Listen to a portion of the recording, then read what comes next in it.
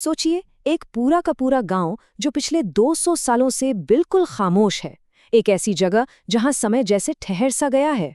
खैर, आज के इस विश्लेषण में हम सीधे चल रहे हैं राजस्थान के जैसलमेर जिले की उन रेतीली हवाओं के बीच, जहां एक बहुत ही गहरा और अनसुलझा रहस्य छिपा है। हम बात कर रहे हैं कुलधरा की। जैसलमेर शहर से लगभग 18 से 20 किलोमीटर दूर थार रेगिस्तान के बीचों बीच स्थित ये कोई आम खंडहर नहीं है, बल्कि एक ऐसा शापित गांव है जिसकी खामोशी में भी अनगिनत कहानियां गूंजती हैं। तो चलिए इस रहस्य के पन्नों को पलटते हैं।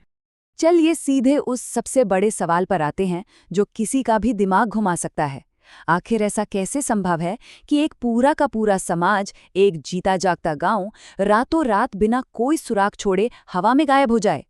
इतिहास में युद्ध या महामारी की वजह से लोगों के पलायन के कई किस्से मिलते हैं, लेकिन इतनी बड़ी संख्या में लोगों का एक साथ इतनी खामोशी से निकल जाना, सच में ये मानव इतिहास की सबसे रहस्यमयी घटनाओं में से एक है। आज अगर हम वहां जाएं तो हमें सिर्फ टूटी हुई दीवारें और धूल से भरे खाली रास्ते ही दिखाई देंगे। ये खंडहर पिछले 200 सालों से बिल्कुल वीरान है। एक समय था जब यहाँ जिंदगी धड़कती थी, बच्चे खेलते थे, बाजारों में रौनक होती थी। लेकिन आज ये जगह एक ऐसे सन्नाटे में डूबी है जो सच में रोंगटे खड़े कर देता है। ये किसी फिल्म का सेट नहीं है, बल्कि एक असली जगह है जो सदियों से बस एक इंतजार में खड़ी है, लेकिन यहाँ कोई बस नहीं पाया। और हाँ, इस सन्नाटे ने सिर्फ डरावनी कहानियों को ही जन्म नहीं दिया है, बल्कि कुछ बहुत ही सख्त नियम भी बनवा दिए हैं। इस जगह से जुड़ी खौफनाक मान्यताओं का असर इतना गहरा है कि सूरज ढलने के बाद यहाँ रुकने पर पूरी तरह से पाबंदी है। माना जाता है कि रात के अंधेरे में ये खंडहर जाग उठते हैं। यहाँ रात बिताना सख्त मना है, और ईमानदारी से कहें तो यही पाबंदी इस जगह के रहस्यों को और भी ज्यादा रोमांचक बना देती है। लेकिन पता है, ये जगह हमेशा से ऐसी वीरान और खौफनाक बिल्कुल नहीं थी। अगर हम समय के पहिए को थोड़ा पीछे घुमाएं तो कुलधरा का एक बेहद सुनहरा दौर देखने को मिलता है। 13वीं शताब्दी के आसपास पालीवाल ब्राह्मणों ने इस गांव को बसाया था। ये लोग कोई आम निवासी नहीं थे। ये अपनी बुद्धिमत्ता, व्यापार और खेती की तकनीक के लिए मशहूर थे। सोचिए, उन्होंने इस सूखे रेगिस्तान में भी पानी के प्रबंधन का ऐसा बेहतरीन तरीका निकाला कि यहाँ एक बेहद समृद्ध और खुशहाल समाज खड़ा कर दिया। तो एक बार इस पूरे सफर के मुख्य पड़ाव देख लेते हैं। 13वीं सदी में इसकी स्थापना हुई और सदियों तक ये फलता फूलता रहा।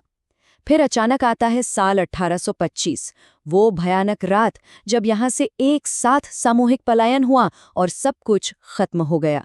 और आज के समय में, आज ये भारतीय पुरातत्व सर्वेक्षण के संरक्षण में एक प्रसिद्ध पर्यटक स्थल बन चुका है। ये बस एक गांव का नहीं, बल्कि एक पूरे समाज के उठने और रहस्यमयी तरीके से गिरने की कहानी है। अब कहानी में एंट्री होती है एक ऐसे शख्स की जिसने सब कुछ बदल कर रख दिया। दीवान सालम सिंह। ये उस रियासत का एक बेहद क्रूर और अत्याचारी शासक था। सालम सिंह ने ऐसे भारी कर लगाए और इतनी क्रूरता दिखाई कि आम लोगों का जीना मुहाल हो गया था। लेकिन बात सिर्फ पैसों या भारी कर की नहीं थी। सालम सिंह ने जुल्म की एक ऐसी सीमा पार कर दी थी जिसने इस पूरे समाज को वो ऐतिहासिक और दर्दनाक फैसला लेने पर मजबूर कर दिया। तो यहाँ सबसे अहम पॉइंट ये है कि बात अब सिर्फ जुल्म की नहीं रह गई थी, बात आत्मसम्मान पर आ गई थी। उस क्रूर दीवान की नज़र गांव की एक बेटी पर पड़ गई। उसने जबरन उस लड़की से शादी करने की धमकी दी और कहा कि अगर ऐसा नहीं हुआ तो वो पूरे गांव को बर्बाद कर देगा।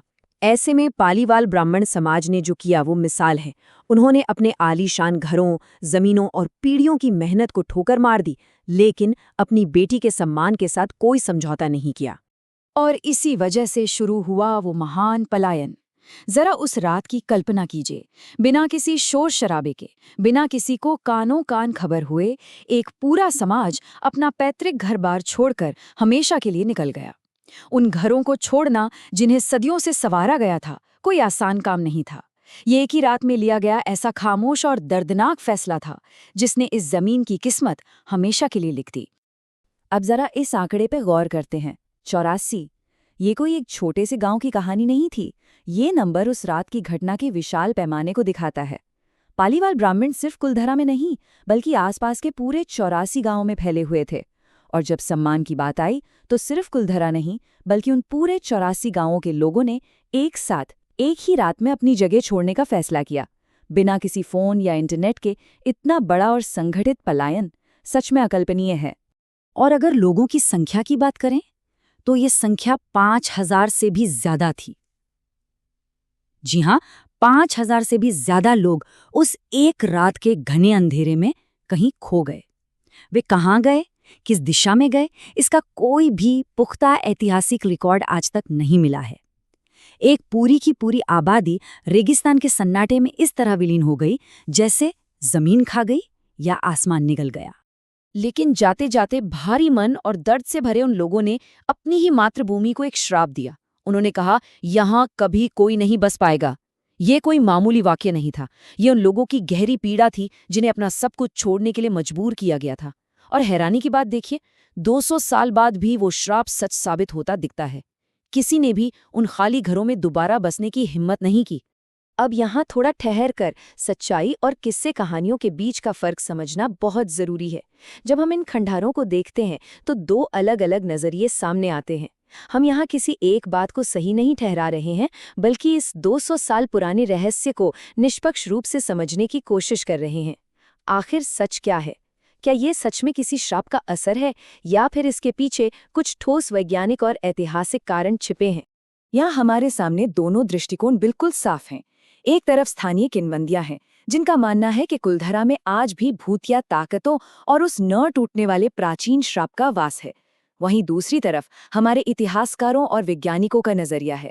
वो मानते हैं कि ये पलायन सिर्फ एक अत्याचारी शासक के कारण नहीं था, बल्कि भयंकर सूखे, पानी की भारी कमी और खराब जलवायु ने भी इसमें एक बहुत बड़ी भूमिका निभाई थी। दोनों ही बातें सोचने पर मजबूर करती हैं।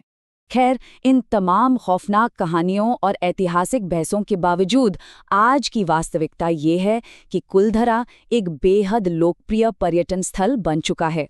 भारतीय पुरातत्व सर्वेक्षण ने अब इसे अपने संरक्षण में ले लिया है।